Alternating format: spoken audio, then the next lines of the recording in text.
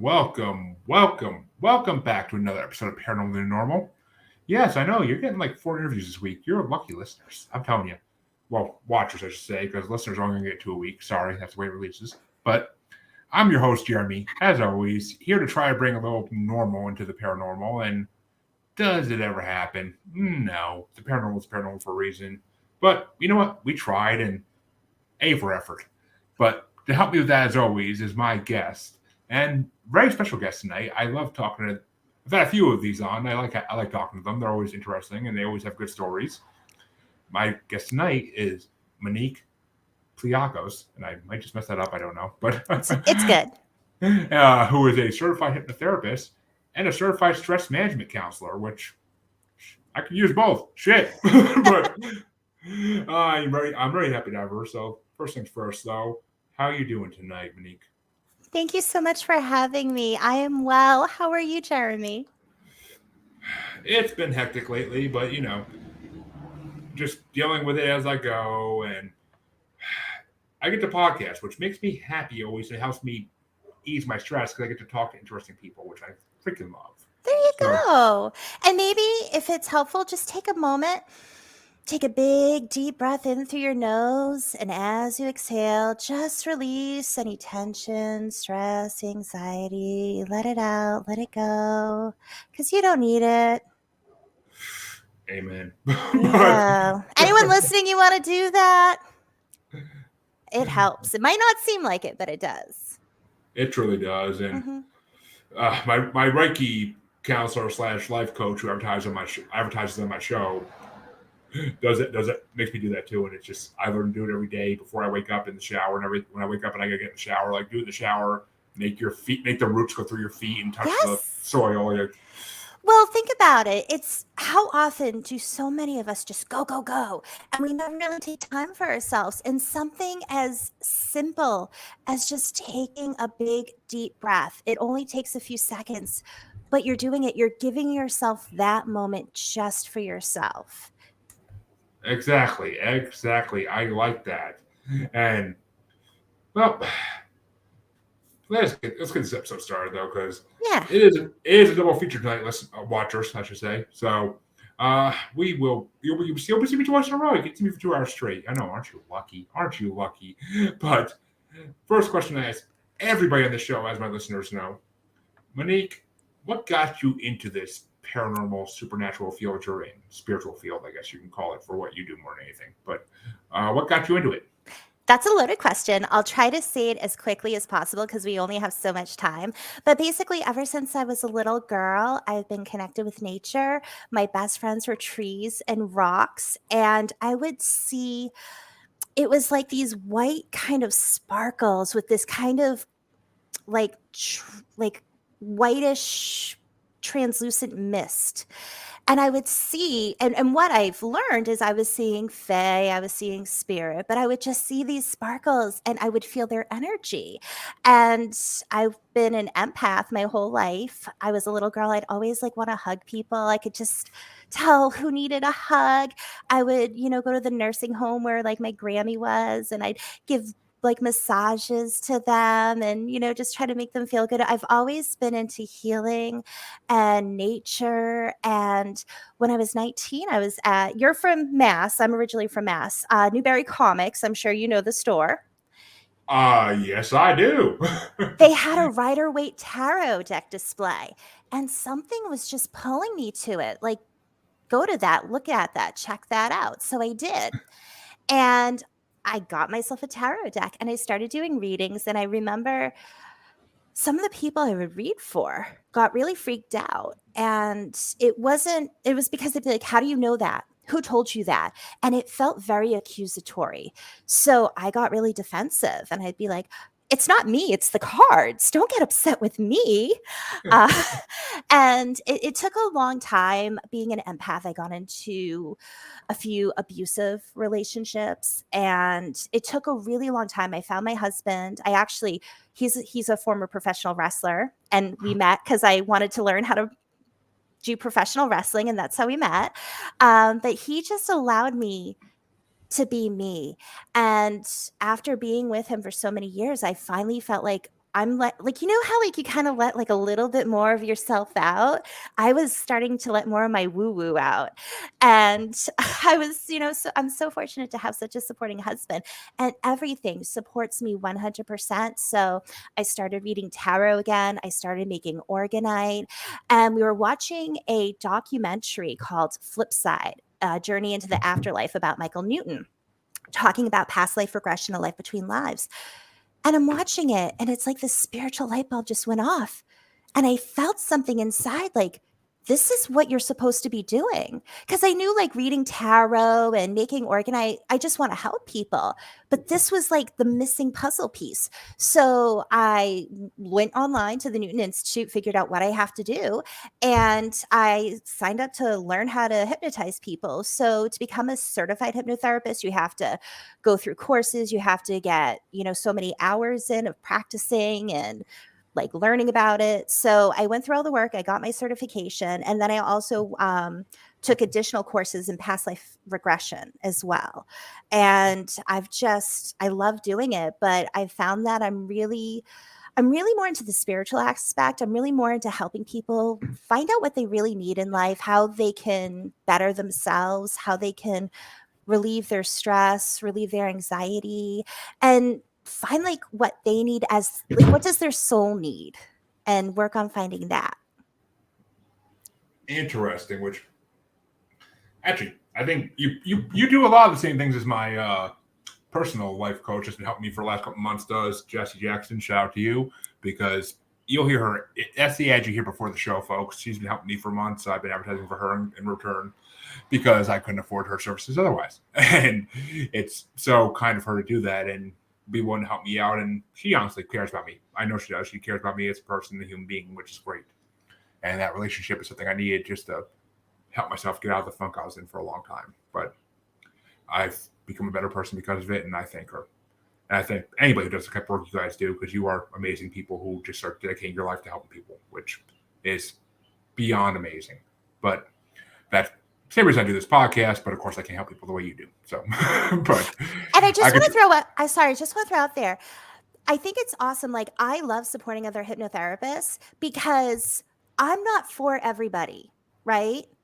But it's like, if I feel like I'm not the right person for you, or someone feels I'm not the right person for them, it's good to have like so many other people, because there is somebody out there for them. And it's just a matter of finding the right person to work with you. So I think it's so important too. Like, I've seen on your show, you have multiple different types of hypnotherapists come on. I think that's awesome, because spread the word. If this person's not right for you, maybe this one is.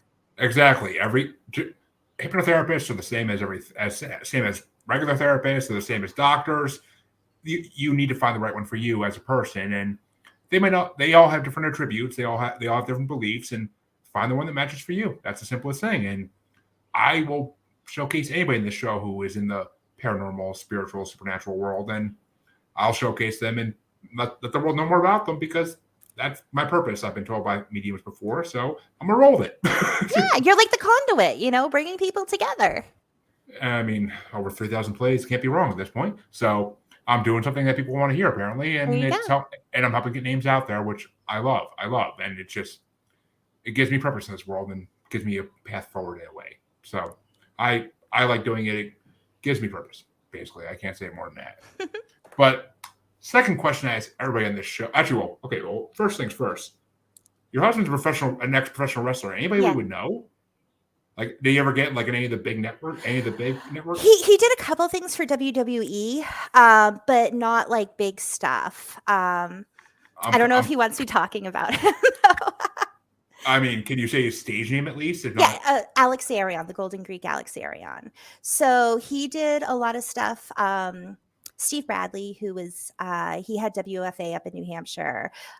He was best friends with Steve, and Steve was in WWF for a while. And I believe that the three of them roommated with Kurt Angle for when he first came in, which was really cool. I was going to say Steve Blackman. Is that no Steve Bradley? So they when they still had more of the territories back then, he was in Puerto Rico quite a bit. Oh, okay. Yeah, I know they had a Puerto Rico territory at one point. Yeah. All right. Well, I mean, I have a lot of wrestling. I know a few wrestling fans who listen to my podcast. So if you guys remember him, then I mean, my WWE watching was here and there throughout the years because I watched when I was a kid and I watched in college and after college for a while. But there's always eventually I got tired of it and or just became too much in a week and I stopped watching. Yeah, I mean, I watched as a kid and I'm like, I remember I went to my dad and I'm like, I want to be a professional wrestler. And my dad is a retired police officer. So when they came to the little auditorium, he would go, he'd see them all backstage. He'd hang out with them after. So he would kind of get to know them. He'd be like, no, girls don't wrestle. And so I was like, oh, okay. And then I was in a car accident and got some money and I just wanted to do something for myself. So there was the Chaotic Wrestling School. It actually was, now I'm blanking on it because I have to actually think, what's his name? I'm blanking, but it was a wrestling school and I went there and I learned how to wrestle and then they would have shows and then Alex happened to be there and that's how we met. Wow. And a former professional wrestler on my show. I love it. I didn't wrestle. I did ring girl and then I did valet with him. So I was his valet. Hey, valets are wrestlers. They get clotheslined by other valets and stuff all the time. Well, we were supposed to have a mixed tag match, and then right before, like a few weeks before, I found out I was pregnant. So I was like, I'll still do it. Yeah, I'm happy they didn't let you. I'm happy they didn't let you because that could have been very dangerous for the unborn. And we promote life on this podcast in every form. So I am very happy they didn't let you do that because that could have been dangerous. But no, I stood off to the side. But hey, in my mind, valets are just important. Valets and managers are just important as wrestlers because some of the best wrestling moments of my life were because of managers like Paul Bearer and Lita and other female wrestlers, Trish Stratus, other female wrestlers who were managers over time, like Sunny. Oh, Sunny. Killer Kowalski. That was the school, by the way. Killer Kowalski. Oh my God. Killer Kowalski is a freaking legend. So, damn. All right. Oh. Respect, because I've heard wrestlers say his school is freaking hard to get through. So the Chaotic bought in, they were working with him, he was training. I signed up, and that's right when he got sick. And so I didn't get to work with him. So I was a bit disappointed. I was kind of sad, and then he passed. So that was a bummer. But it was really fun. I mean, it was hard. I'm sure, but the only name that was ever as synonymous as Killer Kowalski in training, of course, was the Heart Foundation training school. But, geez, oh my God, that's just. I mean, you weren't in Canada, so that's a whole nother story. But, the dungeon, yeah. Well, I mean, as much as I'd like to talk wrestling all night, but this isn't a wrestling podcast because I couldn't do that because I don't watch current wrestling. But all right, let's get a little back on topic here. The second question I ask everybody is, have you had any experience with any paranormal entities, whether it be spirits, ghosts, extraterrestrials, cryptids, take your pick? Many experiences. My husband and I actually have done paranormal investigations. We like to go around different places in New Hampshire. And we actually, for all the times we've done it, we only had one experience up in Bethel, Maine, where we actually were able to get in contact with a spirit. And I like to use dowsing rods. I was using dowsing rods. And we found out it was actually the owner of the inn. It was her husband who passed away. And he was just, hanging out, looking out for her, watching over her. And I could feel his love for her. And it was so beautiful. I just started crying. But yeah, actually up where we are in New Hampshire. So while our home was being built, my husband and I were living out in a tent. And I don't think it's extraterrestrial. I think it's more government, if anything. But we had our middle child in the tent watching a movie with us, and we came out at night to bring him back into the part of the house that was finished. And he looks up in the sky and says, "Look at all those stars moving." And I kid you not, from the end, from one end of the horizon, moving from it was from I'm trying to think, south, so west to east. It was it looked like stars. And they were perfectly evenly separated, and they're moving, and there was a gap, and then there was 20. I counted, I think maybe 27 of these lights, all just moving up. It took the whole sky, and I'm like, what the heck is this? And of course, my first thought is, oh, is it a UFO? But I was like, no, we're not that lucky. I'm like, it's probably something government or All experimental, but it was crazy because right. it Well, just took the whole sky going I across.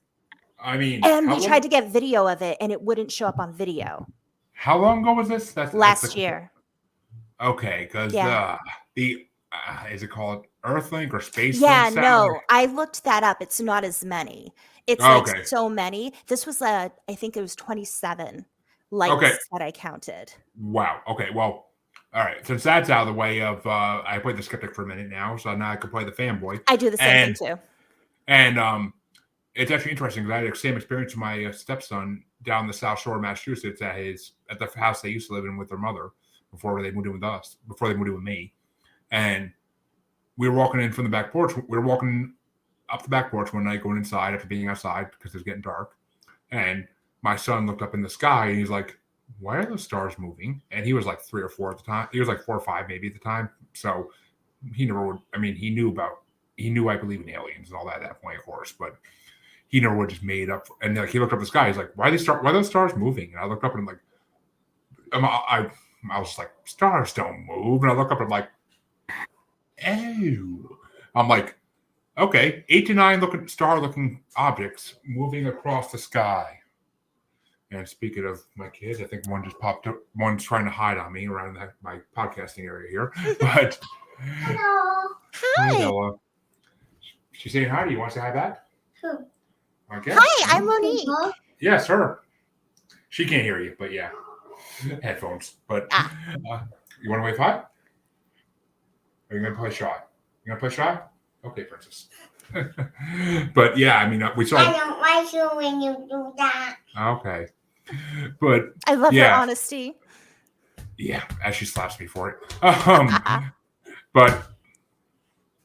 But yeah, my son pointed out, and he saw these stars moving across the sky, and I'm like, 8 or 9 of them in a cluster moving at the same speed across the sky.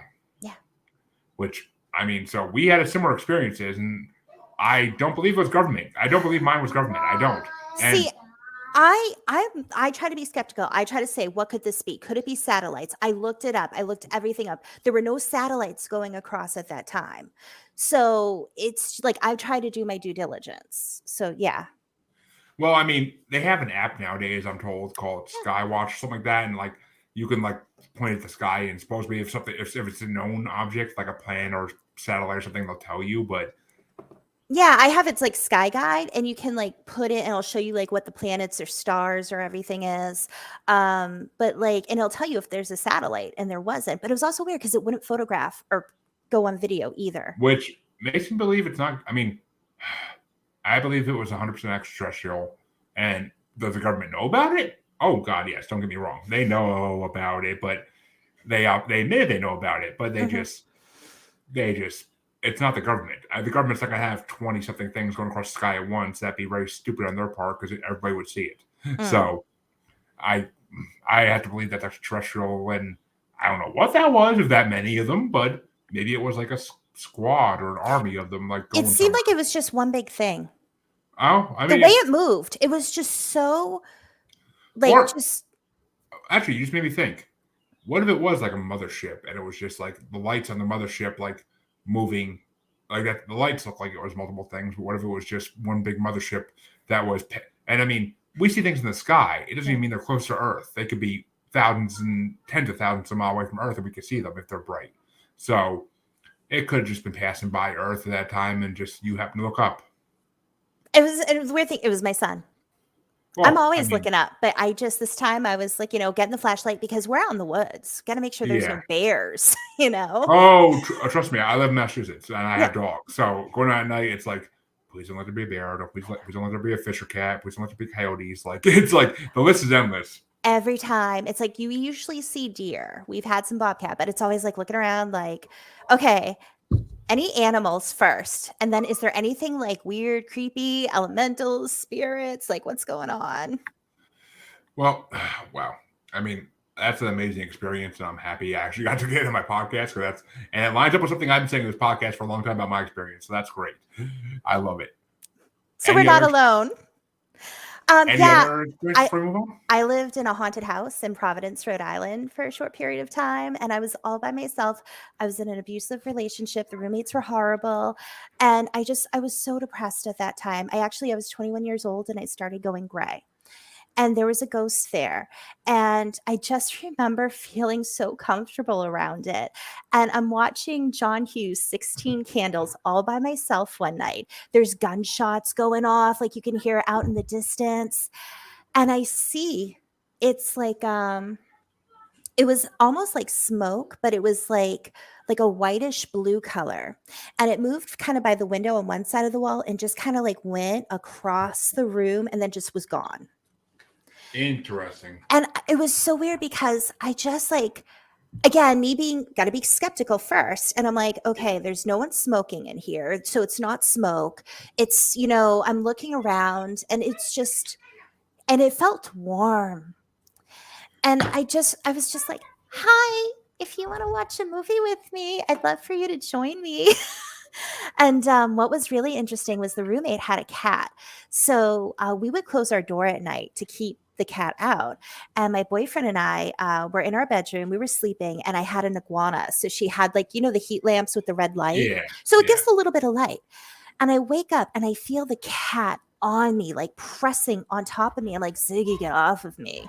Ziggy. And then, like, I feel the cat on me. I see the cat on me.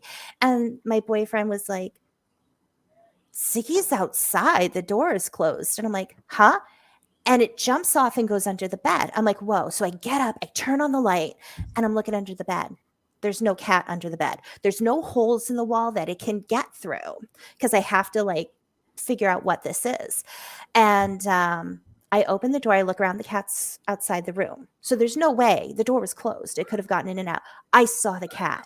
My boyfriend saw the cat. I felt it on me.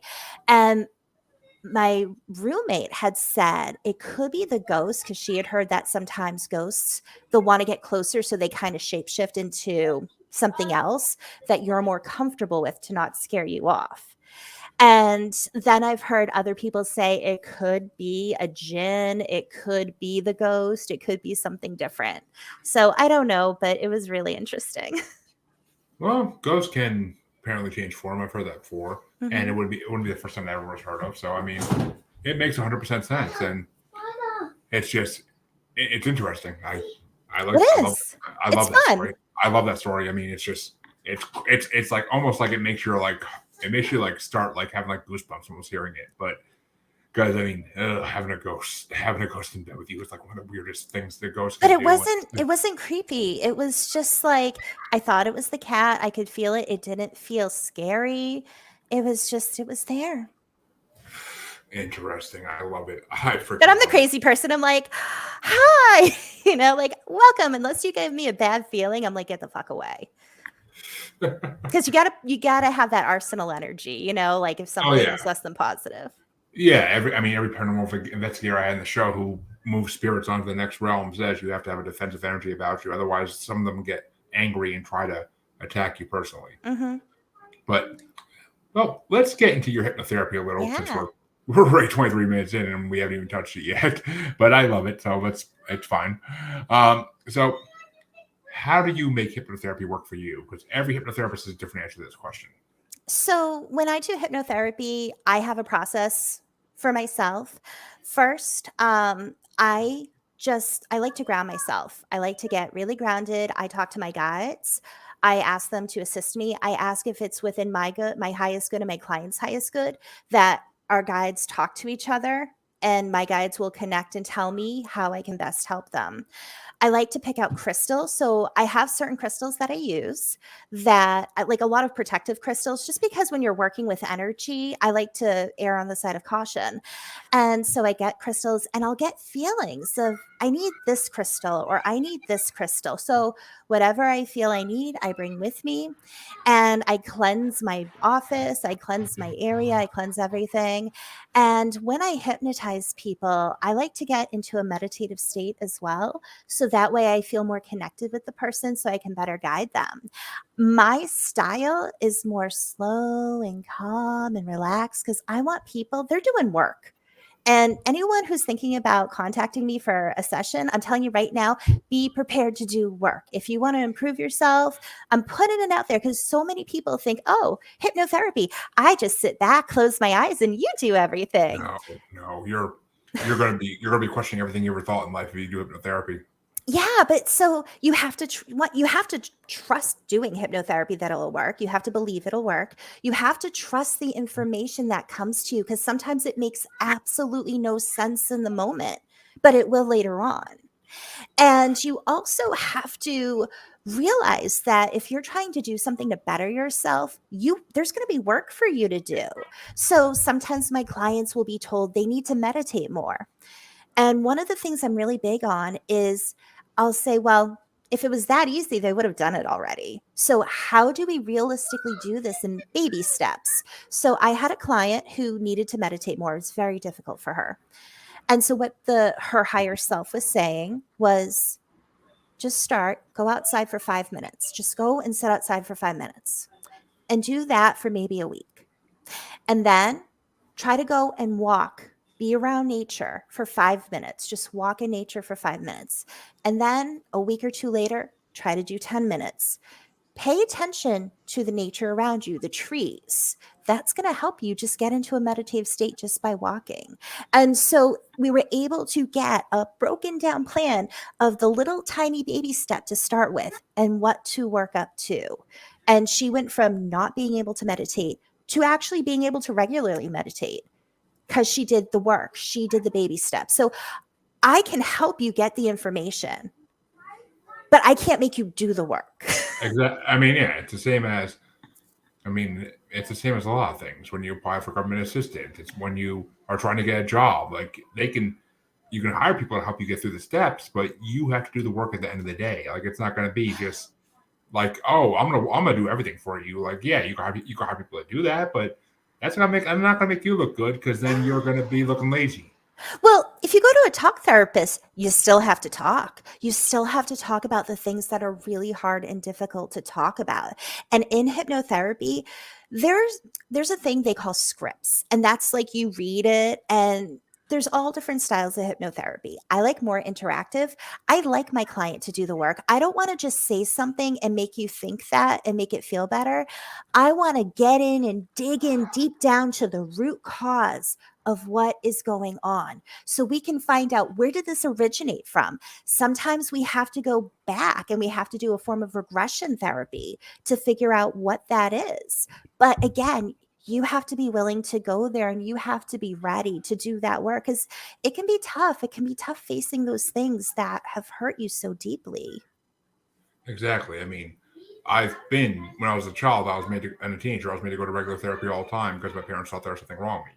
They were wrong, but they thought there was. And I was just different and they didn't understand it.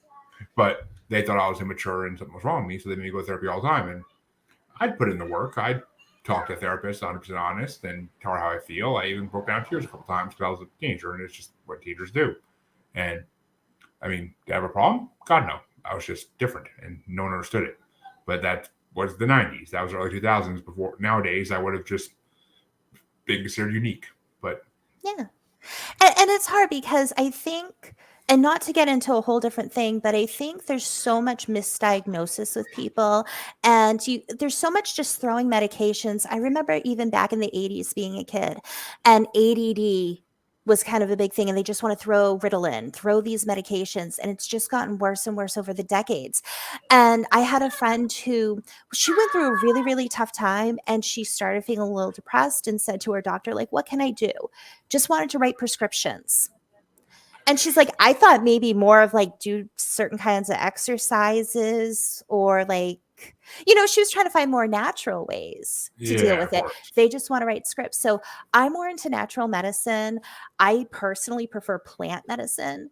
I prefer mental medicine because our mind is so strong and so powerful that even like using hypnotherapy or just the power of thought, you can control your body. You can change things with your body. When I was going to school for this, we had a girl, I forget the medical term for it, but she got really sweaty hands and certain parts of her body would just sweat a lot. And so our teacher went in and had her go into like this control center in her mind and turn down the control that makes her hands sweat. Her hands stop sweating. I could use that control center right there. I'm just saying I have that same issue. But wow. That's, I mean, and I agree. I mean, I never was throwing pills at all. I mean, because they didn't have a diagnosis, so how could they throw me pills? But Yeah. And I went to actually legit therapy. I want to say legit because that makes other therapists look bad. But I went to therapists who weren't so pill happy and didn't throw things at me. Like that's just the way it goes. Like, which I mean, younger me might have liked that actually, but I mean, me now I'm happy that never happened because my mind never got warped in any way because of medication. So, I mean, I agree with you. Doctors are so pill happy nowadays that they just can't. They don't want to help you. They just want to silence you. Is the way I like to put And I'm not saying everyone, just a lot that I've come across. Of course, there's always in every group of people in the world, there's good and bad. I mean, psychics, mediums, doctors, lawyers. Exactly. I mean, in every group It's a in the spectrum. world, I mean, same as extraterrestrials. There can't be same as extraterrestrials and humans. There can't be good. There's good and there's bad. There can't be just one or they're not all the same. Like that's just the way it is. But exactly. So, how does your hypnotherapy help people? How does it alter their lives? So a lot of the clients I work with, I have people who have anxiety, PTSD. I have people who are just trying to figure out like who they are. What are they supposed to do? So a couple of types of therapy that I love doing. One is parts therapy. Parts therapy allows you to get in touch with the different parts of yourself. So there is the physical you, the mental intellectual you, the emotional you, and the spiritual you. And we can get into like you're the father you, or the son you, or daughter or mother, the employee or employer, like whatever part of you there is, we can get in touch with it. And we figure out what those parts need, and we figure out how, like, we have you give them, this is what they need, give it to them because you can, it's your mind. And I write everything down. I take that information. And then once we get to your spiritual self, that's when I really try to find out how do we use the information we got and how do we take those baby steps to get to where you need to be. And I mean, there's Gestalt therapy where if you need to say your piece to somebody, you get them in your mind face to face and you get to tell them how you feel.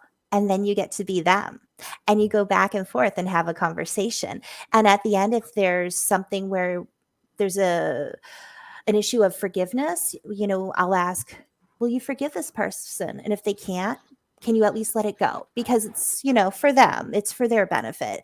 Because not forgiving somebody is like drinking poison and expecting the other person to die. You're the one holding on to that.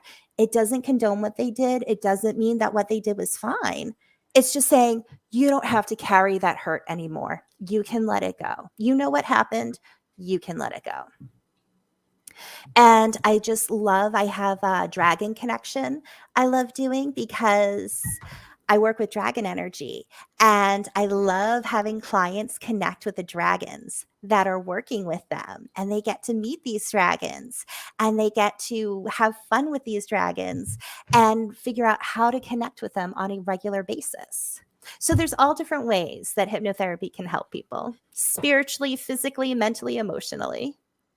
I mean, I agree. As someone who I never thought, I mean, I've interviewed plenty of Reiki professionals on my show before, but I was always skeptical about it because it seemed like woo-woo stuff to me before I did the show. And even as I did the show, I still kind of doubted it a lot of times. And now that I'm working with a Reiki professional myself, I've seen the effects. I feel her touching my energy when she's doing it, and even though she's in another part of the freaking country. So I 100% believe it now. And energy healing is real. Reiki is real. I have no doubt in my mind. I felt it on me.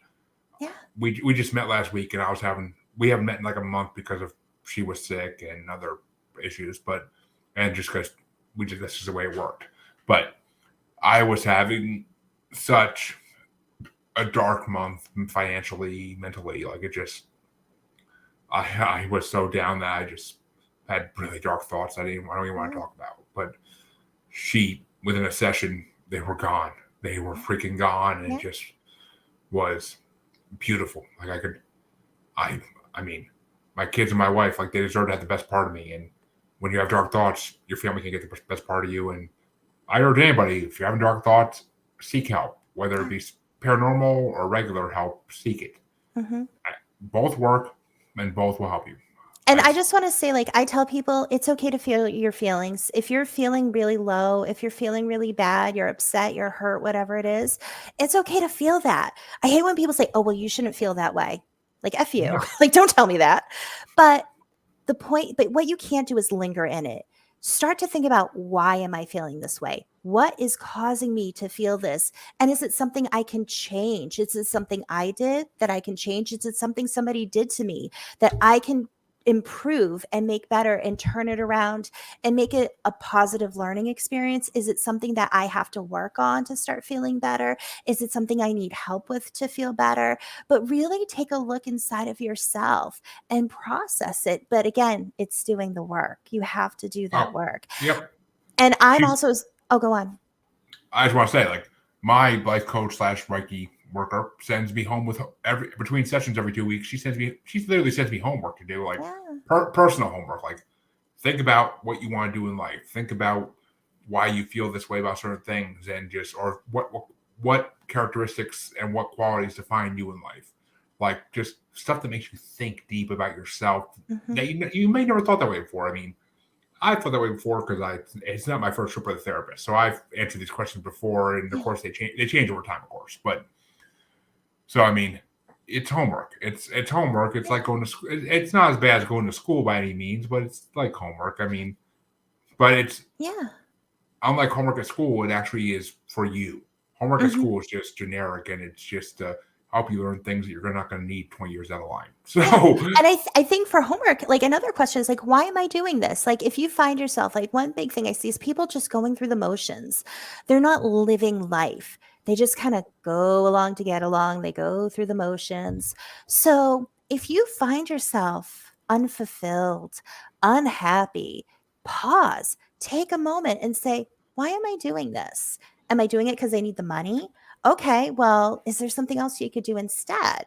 Or could you change your lifestyle to do something that does make you happy and still live, in a somewhat comfortable way? Are you doing something because you feel you have to? You feel guilted into doing? Look at what you're doing. And if it doesn't bring you joy, say, why am I doing this? And have a serious conversation with yourself as to how you can change things to bring happiness. Exactly. But I've seen on your sites that you use something called, and I might pronounce this wrong completely, but organite? Yes. So I make organite. Yeah. So I love making organite. My husband actually first told me about it.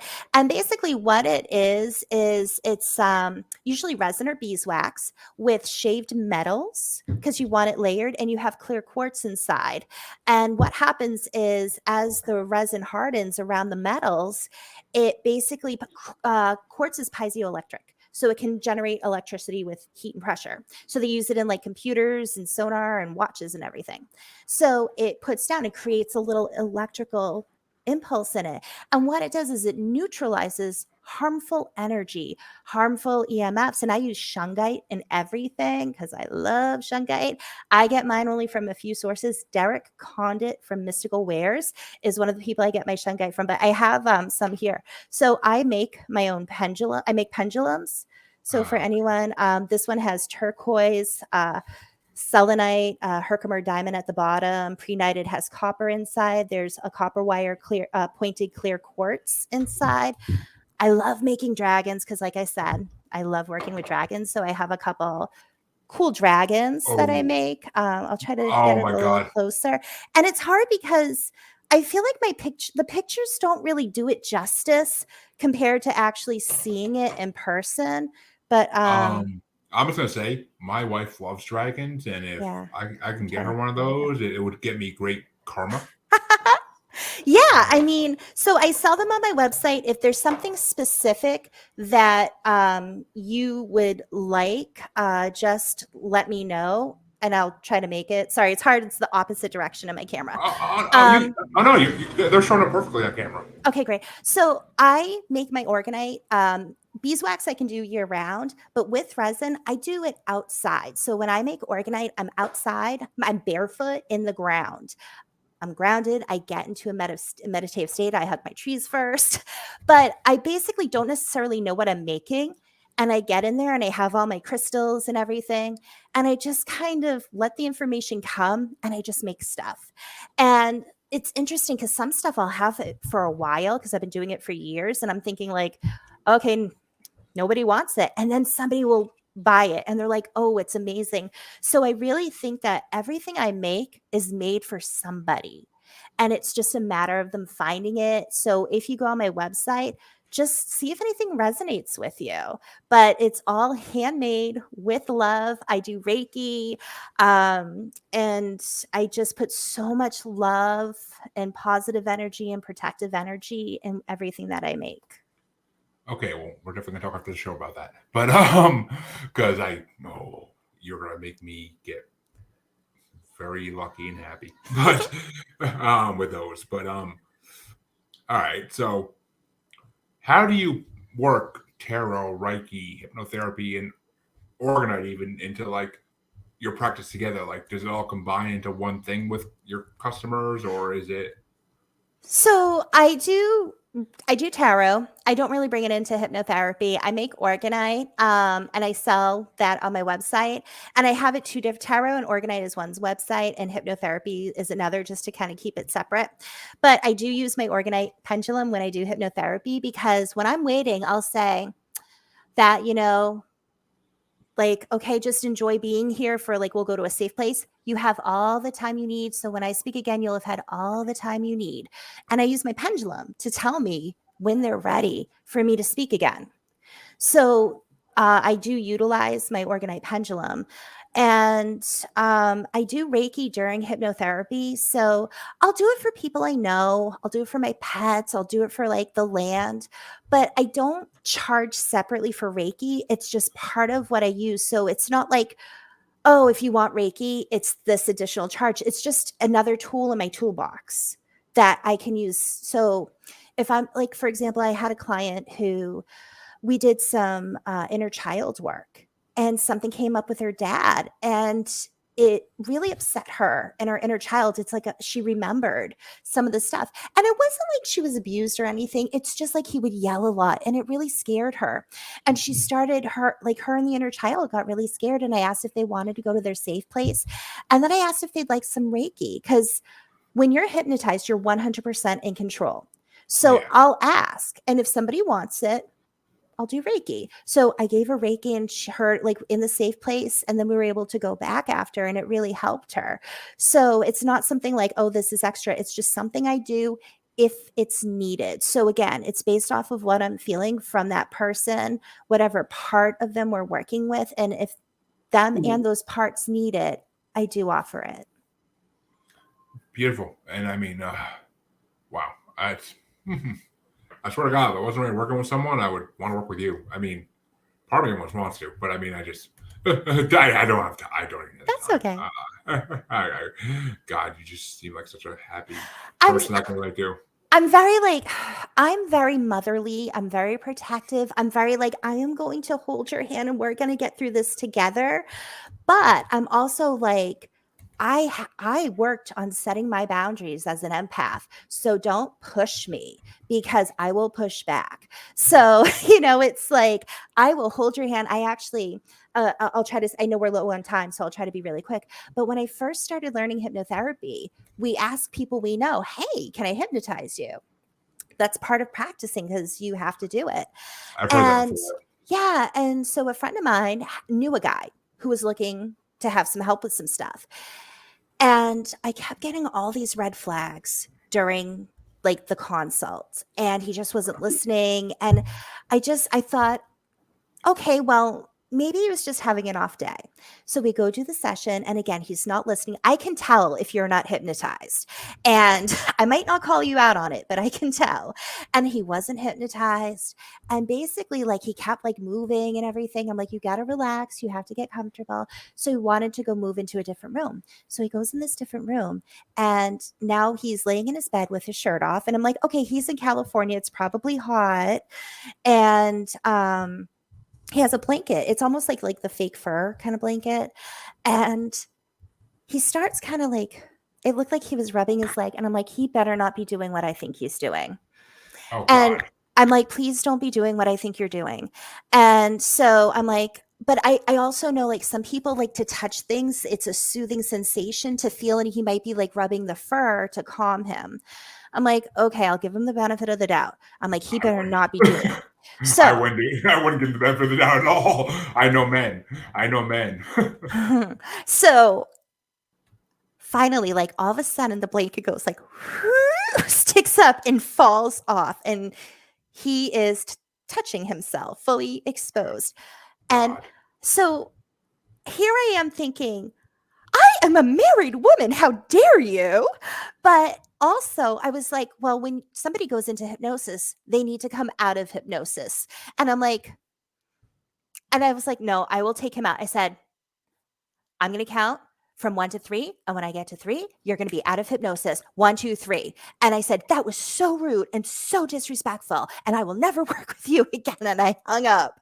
And, but the story of that, the really important part was I saw the red flags, but I wasn't being strong on my boundaries. I thought, no, I need to work harder. I need to try harder because I'm learning this. And that was the great universal teaching that was like, no, honey, you have to have strong boundaries. And if anyone seems to cross the line with anything or makes you feel uncomfortable or something is off, you stop it then and there. And so that's why, like, I am so protective and loving, and I will help guide you and I will hold your hand and get there. But I also have strong boundaries. And that is one of the reasons why.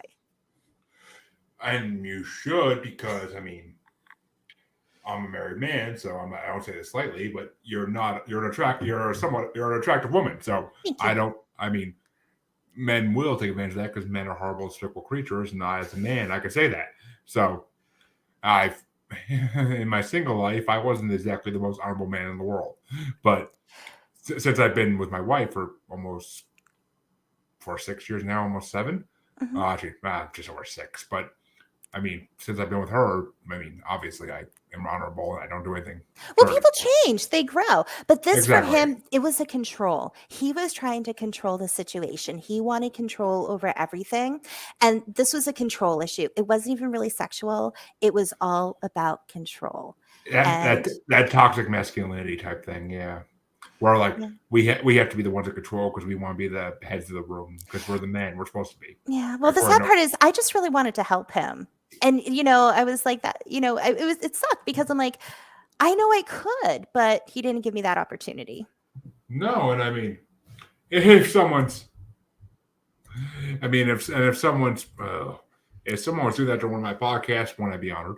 But 2, yeah, I don't know if I could actually do a podcast like that. Like I would be sitting there like, why do I see your arm moving constantly? But I'm just like, I just remember thinking, oh Lord, no. See, no. And the fact, and it's I knew, but I didn't want to admit it. I mean, and the fact that he was brazen enough to show the blanket on camera when he could just have the camera up higher and not showing it. Like he knew what he was doing. It was control. Yep. He knew he was trying to pull an alpha male move and just be like, "Oh, you're just a woman. I'm just taking care of myself to you because I can." And I record my sessions. If I was a horrible person, I could have posted that all over the internet if I wanted to, but I'm not that kind of person because I believe in ethics, Yeah,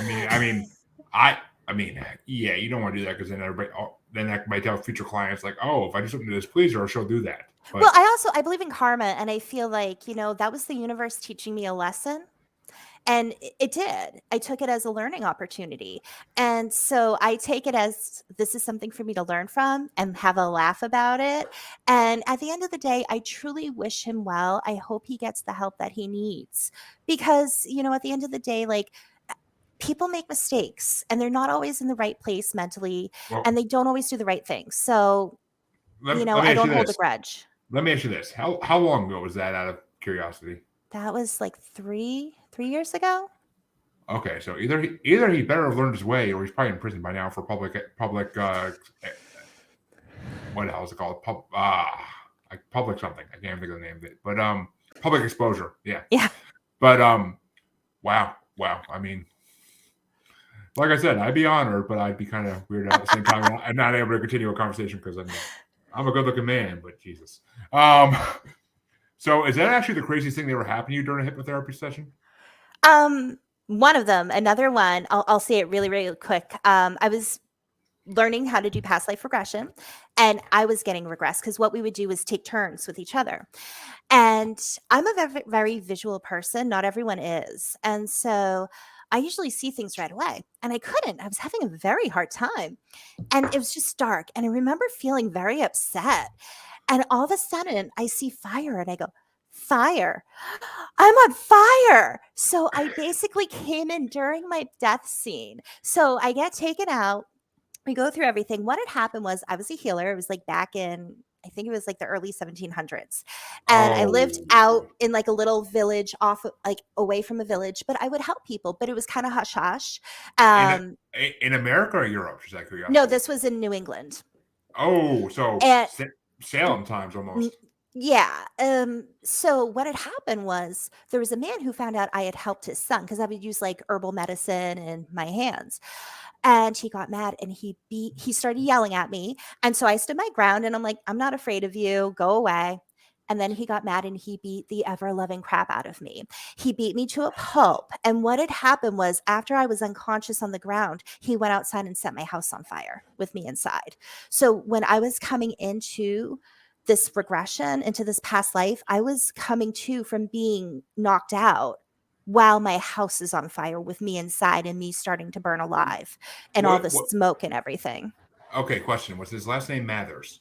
I don't know his last name, but and it wasn't like I was a witch or anything. But back then they classified anything like that as witchcraft. I mean, you could sneeze the wrong way as a woman back then. You're classified as a witch. But women weren't allowed to do medicine. So, exactly. It would have been witchcraft. Yeah, it was not allowed. But again, me taking advantage of the learning opportunity, I was like, when I do past life regressions, I'm going to say going back in time, back to a point in time, a past life, going back to a place, doing something you enjoy doing or do often, because we don't die often during that one life. And most people don't enjoy dying. So that way we don't go into the death scene. So again, I took it as a learning opportunity. I mean, but death scenes could also be seen as learning opportunities in some way. I mean, but wow. I mean, I like to hold my clients' hands. We're going to get there, but I'm going to make sure you're ready for that before we get in there. I mean, it can be a little jarring. Before you said 17th century in New England, I was going to be like, were you Joan of Arc in a past life? No. But I mean, see, that's my goal, is to get someone on the show who's either had a past life regression or has done a past life regression with someone famous. Was that past life? Like, that's my goal. Like, it's nothing against any other past life regressionist, but everyone wants a famous past life. But nobody has that. I want to hear, oh yeah, I did a past life for a guy and he was King Arthur in a previous life.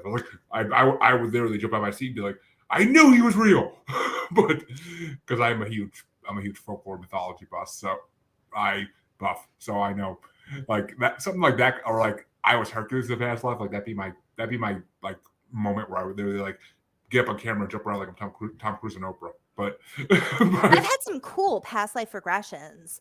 I was doing a regression to cause to find out why somebody had a fear of public speaking and it went into a past life. I've had some like spontaneous past life regressions come up with people. I've had some awesome stuff.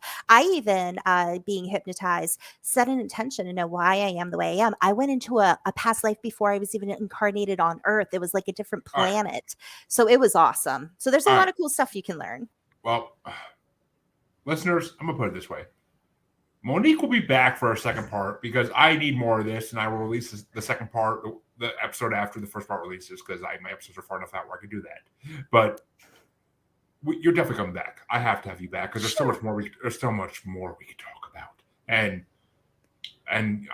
your personality is just our personalities are syncing, and I like it. Like a synchronization, and I freaking love it. So you'll be coming back, but for now, tell them where they can find you and all your services. Promote yourself to the fullest. Thank you so much. So you can find me if you're interested in hypnotherapy. Go to innerstandingshypnosis.com. That is innerstandings.hypnosis.com, because I don't stand under someone to take in information. I bring it within me. So I understand. If you're interested in Organite or a tarot reading, go to tarotbymonique.com. And I also do group hypnotherapy sessions. So if you're interested in hypnotherapy, but you just want to dip your toe in it, or a regular one-on-one appointment is too much for you, these are a fraction of the cost. They're usually like, $30 to $40. And it's just a group, and you don't have to be on video with everybody, but you get to experience hypnotherapy. So I do inner child, past life regression, stress relief, dragon connections coming up for August. So that's on my Innerstanding Hypnosis website under group hypnotherapy. So be sure to check that out if you're interested. You heard it, folks. That's a great idea for a bachelor or bachelorette party, just saying. But in my opinion, at least. But I never thought of that. I'm like, that is. Advertise it that way. I mean, you'll definitely get some bachelorettes, especially, who would be down for that. I actually have a friend getting married, and that's one of the things I'm doing with them, but it never dawned on me. So thank you for putting those pieces together. Jeremy Bryant, podcaster and marketer. Just saying. Mm-hmm. I went to college for marketing. I should be able to do something. God damn it. But, you're hired. Oh, if I could make money off that, doing it on the side, fuck yeah. But I need money, so yeah. But thank you, Monique, for coming on, and you will definitely come back. Oh my God, and just so you know, I do one-on-one brackets on the show because my show does bracket specials. If you want to check some of the original brackets we've done out with 5 or 7 people, please be my guest. And I mean, we've done cryptids, we've done conspiracies, we've done. Oh my God, I don't know if you can see my shirt, but it's. Okay, there we go. Oh my God. So, and I want that shirt, but Oh, Bigfoot. That's a whole other episode we could talk about. Oh, he will now come up in the next episode. Don't get me wrong. So, if you want to do, I'm gonna send you a list. If you want to do some of these one-on-one brackets, I could definitely think you'll be fun to have on them. So, and there's a lot of different topics, from those I mentioned already to horror movies, shark movies, and that type of stuff too. So, and a lot more coming up. Brackets are coming back, folks. I've made 2 or 3 brackets for this show in the last couple of days at work. Go to my boss, and I will be making more coming because I have a lot of movie brackets coming. I have coming up Paranormal New Normal in the next couple months for watchers, because by the time this releases, the first one will already be released, hopefully. We're going to be doing a 3-part bracket of the top monsters and creatures of all time, from mythology, movies, and everything else. So pop culture, stupid motorcycles, pop culture, mythology, folklore, everything. It's 107 creatures broken into 3 brackets. So it's going to be a fun time. And hell, if Monique wants on the first ones, wants on the group ones too, I am down for that, because she seems like a fun person. And my parents used to own a video store, so I know about movies. So there you go. And as long as you don't hate Star Wars, we're good. But absolutely not. Ooh, okay. No, I don't hate Star Wars. Yeah. Oh, okay, good. We'll be talking. We'll definitely be talking. But and just for all my listeners know, I'm also on a show called Bracket Bastards, and I think Monique might be good for that show too. It's definitely pop culture based, but I'll shoot you a list of those that are coming out too that you guessed, and maybe you want. I'm sure the host of it, Freddie, would love to have you on one. We always say we need more female presence on there, so yeah, definitely down to see that come. And other than that, thank you all for watching. Thank you all for listening. Thank you, Monique, for coming on. I think I just made a possible friend, and we'll see. You'll see Monique in the future on the show. I guarantee it. And until then, I'll catch you. I'll be back with another interview in a few minutes. Anybody watching, and with a cult survivor. So that's something I'm looking forward to, because that's the first cult survivor I had in the show. So yay. But until then, have a good night, everybody.